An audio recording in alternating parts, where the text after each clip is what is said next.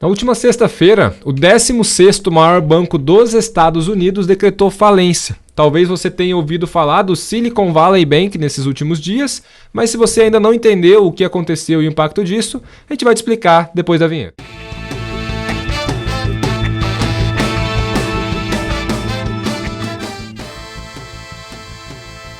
Eu sou o Thiago Diniz, assessor de investimentos da SVN Investimentos. Estou aqui com o assessor Cássio Marcato, também da SVN Investimentos. Fala, Thiago, tudo bem? Viemos aí falar sobre esse assunto hoje que assusta, né?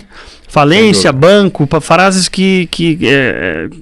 palavras que na mesma frase elevam um pouco o receio. A gente veio aqui hoje explicar o que ocorreu, o que foi feito para já solucionar o problema e o porquê que a situação está sob controle hoje e quais são os riscos que a gente viu que levaram esse evento a ocorrer.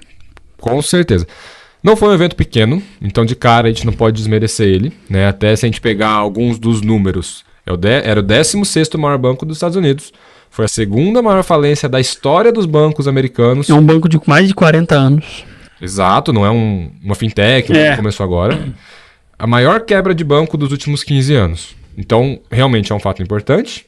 A princípio não há motivo para pânico, mas é importante entender o que aconteceu, até para você ter uma segurança em entender se isso vai ou não impactar nos seus investimentos. Mas já te adianto, a princípio não. E às vezes é muita informação descasada, né?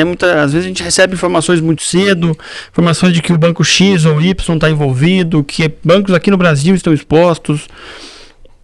Mal deu tempo do mercado estudar o caso e você já começa a receber isso, então é bom estar informado, saber exatamente o que aconteceu, se pode acontecer mais vezes, se não pode, se socorreram quem foi, o dinheiro dessa pessoa é suficiente para deixar a gente tranquilo ou não, deixar tudo isso o mais claro possível quando envolve.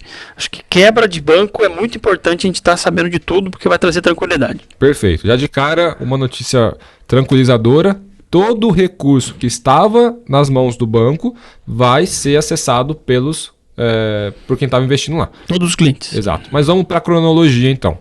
Quarta-feira passada, o banco ele divulgou que ele teve um prejuízo na parte de investimentos dele nos títulos do Tesouro Americano, basicamente porque ele teve que fazer alguns resgates dos ativos que eles tinham ali, acima do esperado, não era suficiente, e ele divulgou que ele precisaria fazer mais um resgate num nível ali de 2 bilhões de dólares mais ou menos. Esse fato ele já trouxe ali um receio, então supostamente algumas agências de risco entraram em contato com alguns clientes para sugerir talvez um resgate do banco, tem alguma coisa estranha acontecendo aqui, vamos ficar esperto. E aí começou a acontecer essa corrida aos bancos. Acho que é uma das formas mais características de corrida aos bancos. E aí, quando acontece isso, é um problema muito grande. Nenhum banco no mundo ele mantém o que ele tem de ativo em caixa, né?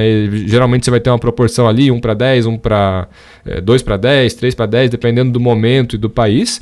Mas o fato é que aconteceu essa corrida aos bancos, né? Foi afetado o Silicon Valley Bank, depois o First Republic também teve mais ou menos uma corrida aos bancos, né? Tanto que na segunda-feira agora ele chegou a cair, se não me engano estava caindo 70% na hora que eu olhei, não cheguei a ver certinho quanto que fechou.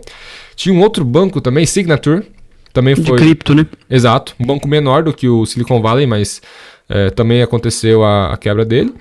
Mais ou menos nesse... E aí o que aconteceu? Qual foi o ponto mais importante? Um receio de que o fato de 2008 se repetisse. Então, por conta disso, veio ali um burburinho no mercado, começou a trazer um pouquinho mais de estresse, tanto que o índice VIX, que mede o estresse da bolsa, chegou a subir consideravelmente. E aí, no fim de semana, a gente viu muita gente, alguns vídeos, pessoas falando sobre isso, etc. O que será que vai acontecer? Como é que vai abrir o mercado? Até que, domingo à noite, veio uma calmaria no mercado, uma tranquilidade enorme, quando teve um anúncio conjunto ali do FDIC, que é equivalente ao nosso FGC, Fundo Garantidor de Crédito, com o governo americano, dizendo que todos os recursos que estavam depositados no banco vão ser acessados pelos contribuintes a partir de segunda-feira, que foi, no caso, o dia depois do anúncio. Muito rápido, né? E acho que é bom especificar por que esse alívio veio e por que eles tiveram que ter essa conversa. O fundo garantidor de crédito deles, tanto quanto o nosso, tem um limite lá de $250 mil por correntista. Aqui reais? Aqui são R$250 mil, então você tem lá o dinheiro no banco, até 250 mil está segurado. 3% do Silicon Valley Bank estava coberto pelo fundo garantidor de crédito. 97% tinha depósitos acima disso. Então a quantidade de dinheiro exposto que não seria resgatado seria muito grande, o que talvez aumentaria o temor, aumentaria ainda mais a procura de dinheiro dos demais bancos, e assim esse efeito manada, que é indiscutível que ocorre, porque a pessoa descobre que pode ser que o dinheiro dela no banco não dê para sacar, ela vai lá o mais rápido possível, conta para alguém, e assim vira uma bola de neve imensa. E para evitar isso, que no domingo esses 3 órgãos se reuniram e praticamente vamos salvar todos vocês, foi um anúncio que veio no domingo só para trazer tranquilidade na sexta-feira. Acho que alguém até brincou, que eu vi na abertura do mercado segunda, que bancos entram na esteira de falência na sexta, realmente para dar tempo de alguma coisa ser feita até segunda-feira. Então foi de fato o que aconteceu e trouxe essa calmaria, mas o banco faliu em 2 dias por causa desse temor que foi trazido após a revelação dos números do banco no dia 8. Sim, e até muito por uma característica do tipo do banco que era o Silicon Valley, né? Ele era um banco focado mais em startups. Várias das startups que ficavam ali no Vale do Silício, que ficam na verdade, né? As startups estão lá. Pagavam os funcionários por ali, então até existia um receio de todos esses funcionários não receberem, né? Porque muitas das contas eram movimentadas ali, um número bem relevante mesmo. E aí era um tipo de banco com menos clientes, não é um banco de varejão que vai pulverizar a estratégia dele, só que com valores mais altos, né? Então por isso esse número que você falou tão expressivo, né? De pouquíssimos clientes dentro do limite do FDIC, né? Dos $250 mil. E aí teve que acontecer esse socorro para evitar uma questão de reação em cadeia, né? Porque imagina só o caos que poderia virar. Primeiro você tem um banco que não paga as contas, que vem à falência. E aí as empresas que tinham dinheiro lá não têm acesso ao dinheiro delas, consequentemente não vão pagar o salário dos funcionários. Funcionários que não vão receber, provavelmente podem fazer ali um protesto, uma greve, não trabalhar. Então essas empresas também podem ter algum problema. E por aí vai, né? Então é super importante essa ação do governo. E passa a mensagem para os demais bancos que está tudo bem, principalmente para que o teu cliente não vá com esse mesmo ímpeto aos seus caixas, aos seus ativos. A conversa agora vai ser individual com cada banco, qual que é a saúde de cada um, isso eles vão ver, obviamente. Muitos estão sendo mapeados, mas a primeira mensagem o governo vai arcar com esses depósitos e o banco vai ter que arcar com as responsabilidades dele, porque é um empréstimo que foi feito, a linha de crédito liberada no domingo à noite, diferente do que foi lá em 2008, pelo menos até então. Não é uma não estão distribuindo salva-vidas, não estão pegando esses títulos do banco, trazendo para dentro e que o banco nunca mais vai pagar, enfim, dinheiro do contribuinte salvou toda a economia. Em tese isso muda um pouco agora, porque são linhas de crédito que são dadas a esses bancos, que nesses 3 específicos que você comentou, que aconteceu esse primeiro temor na semana passada, com esse crédito tomado do governo, do Banco Central e do Fundo Garantidor de Crédito, paguem os seus clientes e depois a gente se vê entre nós. Então é isso esse primeiro movimento. E eu acho que é legal de explicar qual foi o erro que esse banco cometeu. Um dos principais erros, dado essa questão de que ele tinha clientes mais nichados, e porque o nosso mercado, dos nossos bancos aqui, a própria XP, passa mais confiança, né? O sistema financeiro brasileiro, a parte bancária, um pouco mais estruturada nesse aspecto. Que foi o erro cometido com a compra do dinheiro do banco, de títulos públicos americanos principalmente, só que de longuíssimo prazo, os títulos há mais de 30 anos. Porque lembrando que o funcionamento do banco, ele pega o teu dinheiro aqui do depositante, guarda uma parte no governo, uma parte pequena, acho que é 10%, se não me engano, nos Estados Unidos. Você está falando do compulsório. Isso, ele pega esse dinheiro do meu cliente, deposito compulsoriamente dentro do governo já 10% para problemas assim. Tenho 90% livre ou para emprestar para uma outra pessoa ou para investir no mercado, em qualquer setor. Grande parte desse dinheiro foi investido por esse banco porque ele de fato empresta menos, por ser um banco mais com nicho ali de apenas empresas maiores, enfim. Esses investimentos feitos com esse dinheiro foram feitos em ativos de muito longo prazo, num período da última década de juros muito baixo. Perfeito. Então eu tinha um juro de 0 a 0,25, de 0,25 a 0,50 pelo governo americano, que é muito pouco. Então, como é para eu ganhar um pouco mais, 1,5, eu precisava comprar títulos do governo de 30 anos. Foi isso que eles fizeram com esse recurso. O título é muito sólido, é o título mais seguro do mundo. Só que a partir de 2022, o Banco Central americano sobe juros sem parar. E todas as vezes que eu tenho um aumento nas taxas de juros, se eu tenho um título, a gente já falou disso aqui sobre os títulos do Tesouro Brasileiro, se eu tenho um ativo do Tesouro que me promete pagar uma taxa que hoje é menor do que a taxa no D0 do governo americano, que era 0, foi para 4 agora, quando eu vendo meu título antes desses 30 anos chegar, ele perde muito valor. Sim. Então o banco tinha lá 100 milhões que ele poderia pagar para os correntistas dele, nesses títulos virou 40 milhões, como um exemplo, 50. Falta 50 milhões para eu pagar o meu correntista. Todo mundo pede dinheiro ao mesmo tempo. Eu não tenho dinheiro para pagar. O governo declara falência. Perfeito. Qual que é a diferença dessa estratégia para as nossas aqui no Brasil?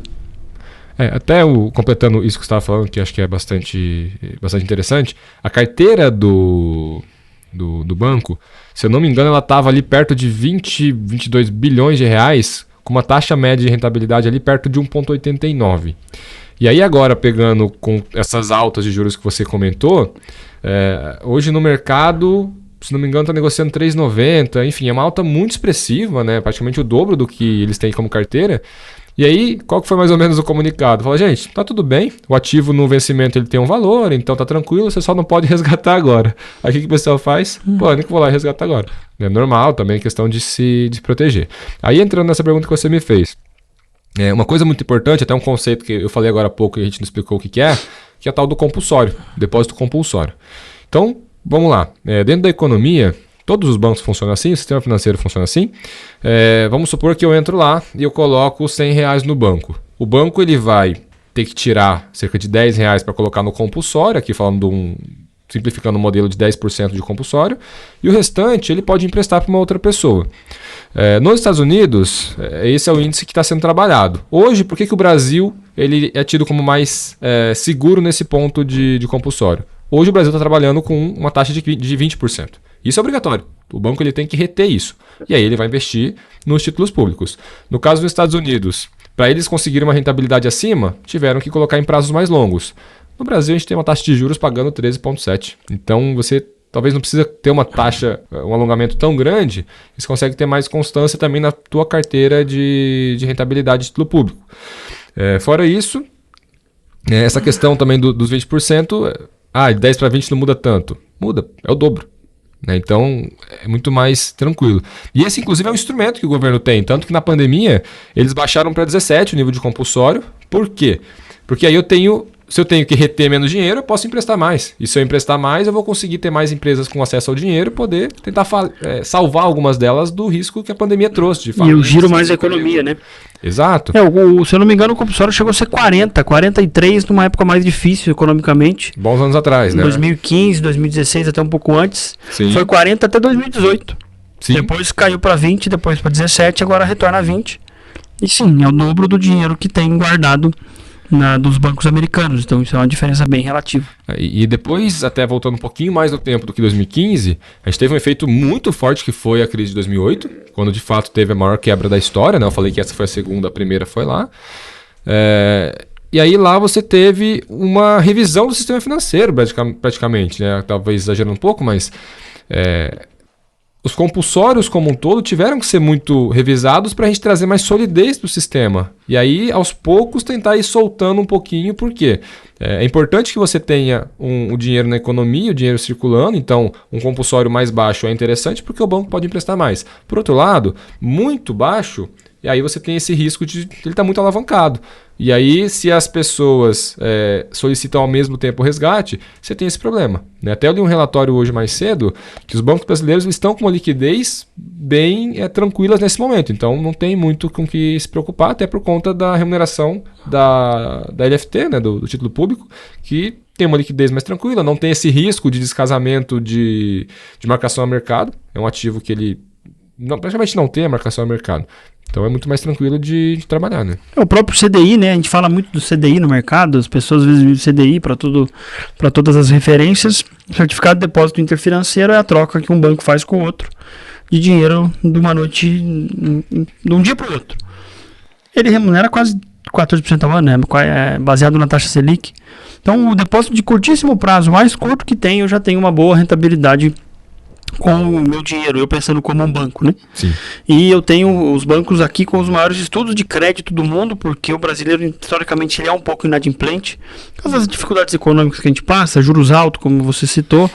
Então, eu também tenho carteiras muito bem estudadas de crédito, onde eu tenho esse risco de inadimplência, de não receber grande parte do dinheiro que eu empresto, também reduzido. Então, se eu tenho perdas reduzidas nos contratos de crédito, se eu tenho perdas reduzidas ou até ganhos expressivos com o dinheiro que o banco investe no mercado, a capacidade dele de honrar com qualquer pedido de saque, transferência, enfim, é muito alta. Sim. A XP vai por um caminho muito parecido. A XP, que a gente sempre, até as operações de crédito que a gente faz hoje em dia para os nossos clientes, ela praticamente exige garantia de 100% do capital, se não 80%, 60%, isso vai depender, mas todos os créditos que a XP emite, ela tem garantia na outra ponta, então eu preciso ter dinheiro aí dentro para eu pegar emprestado. Risco de inadimplência também praticamente nulo. Então são riscos mais baixos, taxas mais baixas. Coisas que a gente presta mais baixo por causa disso. Então o mercado brasileiro, talvez pelas experiências que a gente já teve no passado, inflação muito alta, juros absurdos, problemas com essa mesma precificação de títulos lá antes do plano real, trouxeram essa maior solidez hoje. Enquanto se citou de banco cair 70% nos Estados Unidos na segunda-feira, bancos na Europa caíram 6%. Nós aqui estáveis, porque esse receio nosso aqui realmente é bem menor hoje em dia. Sim. E aí, uma mudança bastante importante que começou a acontecer desde segunda-feira no mercado, que era uma coisa que não estava no radar. E aí, quem acompanha nossos episódios vai lembrar um pouquinho dessa cronologia que a gente vem contando. Basicamente, qual que é o cenário principal do mundo? Controle de inflação. O mundo inteiro. Né? A pandemia alinhou as economias globais nesse ponto, agora todo mundo corre atrás de controlar a inflação, que veio na época da pandemia. Como é que você faz isso? Principalmente subindo taxa de juros. O banco americano vem subindo, igual você acabou de comentar, faz tempo que eles sobem com consequências. O Banco do Brasil, Banco Central, vem subindo, agora já deu uma estabilizada no 13,75, mas 13,75, uma taxa bem alta. Muito juro. E aí, qual foi a mudança muito relevante que esse evento trouxe até o momento? Né? Lembrando que é um evento muito recente ainda. A partir de setembro já se considera que começam a cortar juros nos Estados Unidos. A leitura inicial, a leitura que até trouxe um resultado negativo para o mês de fevereiro para as bolsas americanas, era de que o nível de corte de juros ia ser mais alto. Porque a gente veio ali de níveis de 0,75, caiu 0,50, 0,25 e agora ia voltar a subir níveis de 0,55, ou seja, ia acelerar. Agora a nova leitura é que talvez não suba mais e possivelmente comece a cortar. Aí, quem é um pouco mais técnico e acompanha os juros futuros do Brasil, você também percebe que as curvas também começaram a cair, pensando que talvez a Selic comece a cair mais rápido do que a gente imaginava. Por quê?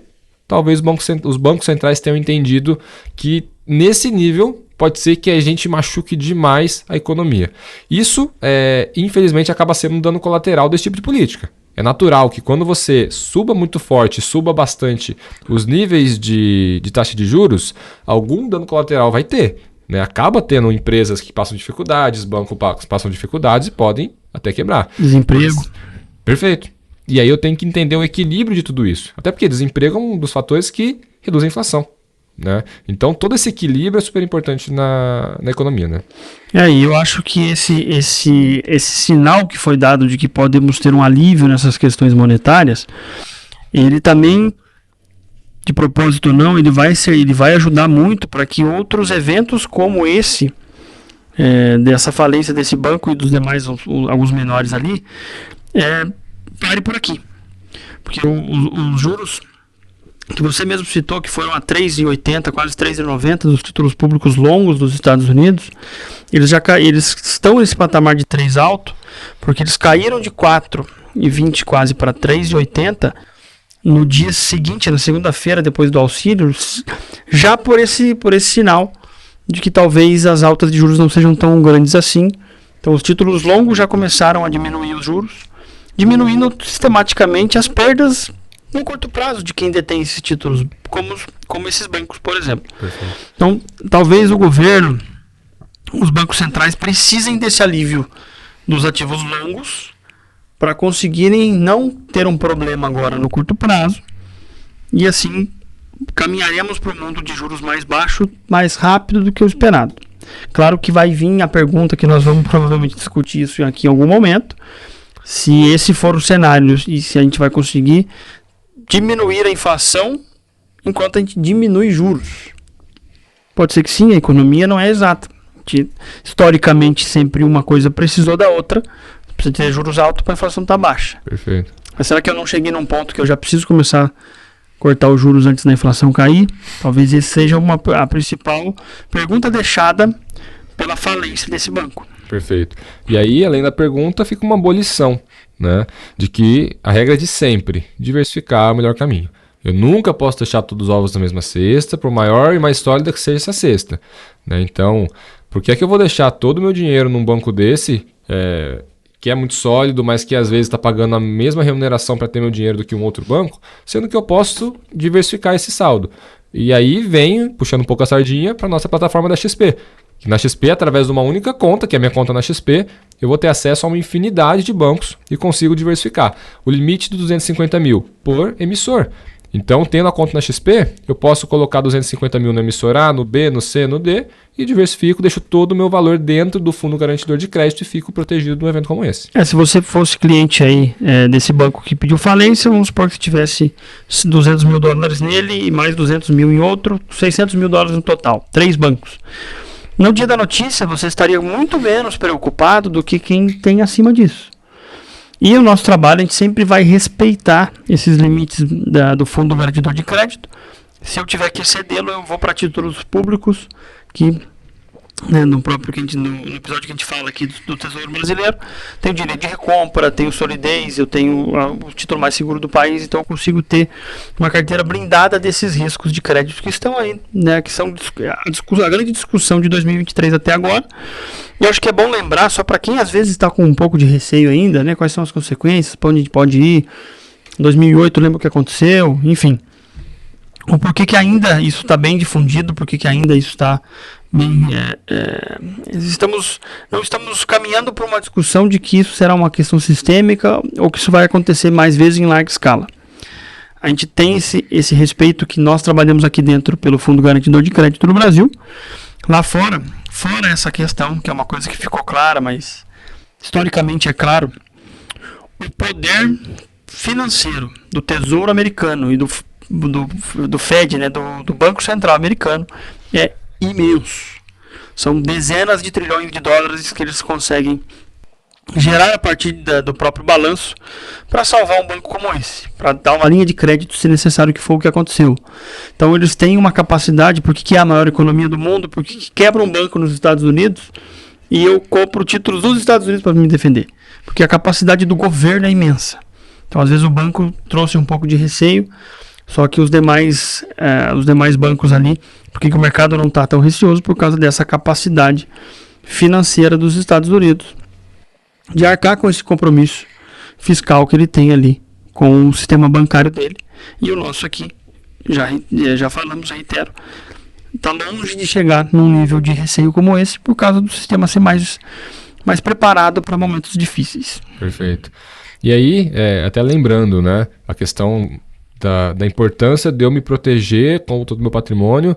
Segunda e terça-feira, no começo da semana agora, a Bolsa Americana subiu por conta de uma tranquilidade que só veio por conta de uma exceção que foi tomada lá. Porque assim, qual que é a regra do fundo garantidor ou do FDIC? Até 250 mil dólares. Então, a princípio, quando foi veiculado nos primeiros dias, lá para quarta, quinta, sexta, as notícias, de fato existia um temor de que as pessoas teriam perdido esse dinheiro.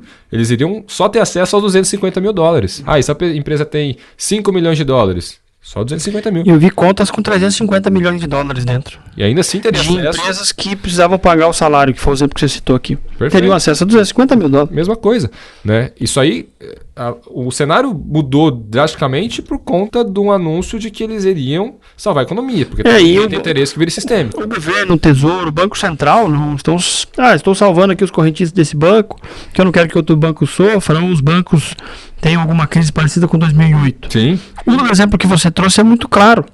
Tem uma questão social aí. Se eu tenho 300 milhões de dólares na conta, sendo que metade disso é para pagar salário, o problema é muito maior do que bancário. Sem falar que é tudo muito regionalizado, né? Tudo ali na Califórnia, região do Vale do Silício. Então, esses salários precisavam ser pagos. Essas empresas precisavam continuar, porque esses empregos precisam continuar.